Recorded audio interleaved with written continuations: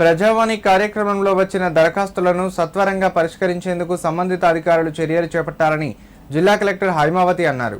సిద్దిపేట సమీకృత కలెక్టరేట్ కార్యాలయంలో నిర్వహించిన ప్రజావాణి కార్యక్రమంలో భాగంగా జిల్లాలోని వివిధ ప్రాంతాల నుండి విచ్చేసిన ప్రజల నుండి అర్జీలను, వినతులను జిల్లా అదనపు కలెక్టర్ లక్ష్మీకిరణ్తో కలిసి జిల్లా కలెక్టర్ స్వీకరించారు. ప్రజలు తమ సమస్యలు పరిష్కారం అవుతాయనే నమ్మకంతో ప్రజావాణి కార్యక్రమానికి వస్తారని, వారు అందజేసిన ఫిర్యాదులను క్షుణ్ణంగా పరిశీలించి అర్హతల మేరకు వెంటనే పరిష్కరించే దిశగా అధికారులు కృషి చేయాలని జిల్లా కలెక్టర్ సూచించారు. ప్రజావాణిలో సుమారు 109 దరఖాస్తులు స్వీకరించినట్లు ఆమె తెలిపారు. ఈ కార్యక్రమంలో DRO Nagarajamma, trainee deputy collector Bhavya, SDC Sudarshan, జిల్లా అధికారులు పాల్గొన్నారు.